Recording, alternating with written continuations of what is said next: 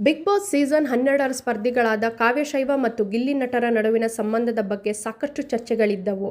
ಇತ್ತೀಚಿನ ಸಂದರ್ಶನವೊಂದರಲ್ಲಿ ಕಾವ್ಯ ತಮ್ಮ ಮತ್ತು ಗಿಲ್ಲಿಯ ಸ್ನೇಹ ಬಗ್ಗೆ ಹೇಳುತ್ತಲೇ ಅರಿವಿಲ್ಲದೆ ರಿಯಾಲಿಟಿ ಶೋಗಳ ಸತ್ಯವನ್ನು ಅನಾವರಣಗೊಳಿಸಿದ್ದಾರೆ. ಬಿಗ್ ಬಾಸ್ ಸೀಸನ್ 12ರಲ್ಲಿ ಸಾಕಷ್ಟು ಸುದ್ದಿ ಮಾಡಿದ್ದು ಗಿಲ್ಲಿ ನಟ ಮತ್ತು ಕಾವ್ಯಶೈವ ಜೋಡಿ. ಇವರಿಬ್ಬರು ತುಂಬ ಕ್ಲೋಸ್ ಆಗಿದ್ದರು. ಜೊತೆಗೆ ಗಿಲ್ಲಿ ನಟ ಕಾವು ಕಾವು ಎಂದು ತಮಾಷೆ ಮಾಡುತ್ತಿದ್ದರಿಂದ ಇವರಿಬ್ಬರ ನಡುವೆ ಲವ್ ಆಗಿದೆ ಎಂದೇ ವೀಕ್ಷಕರು ಇಬ್ಬರನ್ನು ಜೋಡಿ ಮಾಡಿದ್ದರು. ಈ ಬಗ್ಗೆ ಈಗಲೂ ಕಾವ್ಯ ಮತ್ತು ಗಿಲ್ಲಿ ನಟ ಅವರಿಗೆ ಪ್ರಶ್ನೆಗಳನ್ನು ಕೇಳಲಾಗುತ್ತದೆ. ಅಷ್ಟಕ್ಕೂ ಬಹುತೇಕ ಎಲ್ಲ ರಿಯಾಲಿಟಿ ಶೋಗಳೆಂದರೆ ಅದರಲ್ಲಿ ಎಷ್ಟರ ಮಟ್ಟಿಗೆ ರಿಯಾಲಿಟಿ ಇರುತ್ತದೆ ಎನ್ನುವುದು ವೀಕ್ಷಕರಿಗೆ ತಿಳಿದಿರುವುದಿಲ್ಲ. ಅಲ್ಲಿ ನಡೆಯುವ ಬಹುತೇಕ ಎಲ್ಲವೂ ಸ್ಕ್ರಿಪ್ಟೆಡ್ ಆಗಿರುತ್ತದೆ ಎನ್ನುವ ಮಾತಿದೆ.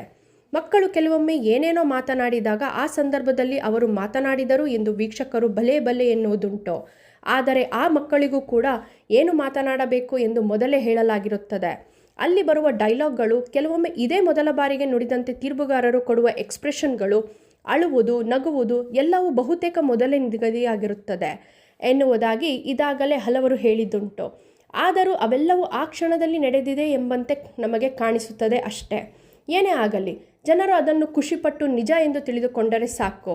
ಅಲ್ಲಿ ನಿಜವಾಗಿ ನಡೆಯುವುದು ಏನು ಎಂದು ಕಟ್ಟಿಕೊಂಡು ಏನಾಗಬೇಕಾಗಿದೆ ಅಲ್ಲವೇ?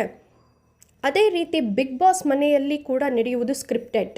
ಇಲ್ಲಿ ನಡೆಯುವ ಜಗಳ ಕೆಲವು ಭಾಷೆಗಳಲ್ಲಿ ಅತಿ ಎನ್ನಿಸುವಷ್ಟು ಅಸಭ್ಯ, ಅಶ್ಲೀಲ ನಡವಳಿಕೆ, ಲವ್ ದೃಶ್ಯಗಳು, ಮಂಚದ ದೃಶ್ಯಗಳು ಎಲ್ಲವನ್ನು ಮೊದಲೇ ಹೇಳಲಾಗಿರುತ್ತದೆ. ಎಲ್ಲದಕ್ಕೂ ಸಿದ್ಧ ಆಗಿರುವವರನ್ನೇ ಆಯ್ಕೆ ಮಾಡಲಾಗುತ್ತದೆ ಎಂಬೆಲ್ಲ ಮಾತುಗಳು ಮೊದಲಿನಿಂದಲೂ ಇವೆ. ಆದರೆ ಇದನ್ನು ಬಿಗ್ ಬಾಸಿಗೆ ಹೋಗಿ ಬಂದಿರುವ ಸ್ಪರ್ಧಿಗಳು ಬಹುತೇಕರು ಅಲ್ಲೆಗೆಳೆಯುತ್ತಲೇ ಬಂದಿದ್ದಾರೆ. ಅಂಥ ವಾತಾವರಣ ನಿರ್ಮಾಣ ಮಾಡಲಾಗುತ್ತದೆಯೇ ವಿನಃ ಸ್ಕ್ರಿಪ್ಟ್ ಕೊಟ್ಟಿರುವುದಿಲ್ಲ ಎಂದು ಹಲವರು ಹೇಳಿದ್ದಾರೆ. ಆದರೆ ಇದೀಗ ಕಾವ್ಯಶೈವ ಅವರು ಸಂದರ್ಶನವೊಂದರಲ್ಲಿ ಗಿಲ್ಲಿ ನಟನ ಬಗ್ಗೆ ಹೇಳುವಾಗ ತಮಗೆ ಅರಿವಿಲ್ಲದೆ ರಿಯಾಲಿಟಿ ಶೋಗಳ ಸತ್ಯವನ್ನು ಅನಾವರಣಗೊಳಿಸಿದ್ದಾರೆ. ಗಿಲ್ಲಿ ನಟ ಹೋದಲ್ಲೆಲ್ಲ ಒಬ್ಬೊಬ್ಬ ಹುಡುಗಿಯನ್ನು ಲಪಟಾಯಿಸುತ್ತಾನೆ ಎಂದು ಬಿಗ್ ಬಾಸ್ ಸ್ಪರ್ಧಿ ಹೇಳಿದ್ದುಂಟು. ಈ ಬಗ್ಗೆ ಪ್ರಶ್ನೆ ಕೇಳಿದಾಗ ಕಾವ್ಯಶೈವ ಕೊಟ್ಟ ಉತ್ತರ ಇದೀಗ ವೈರಲ್ ಆಗಿದೆ.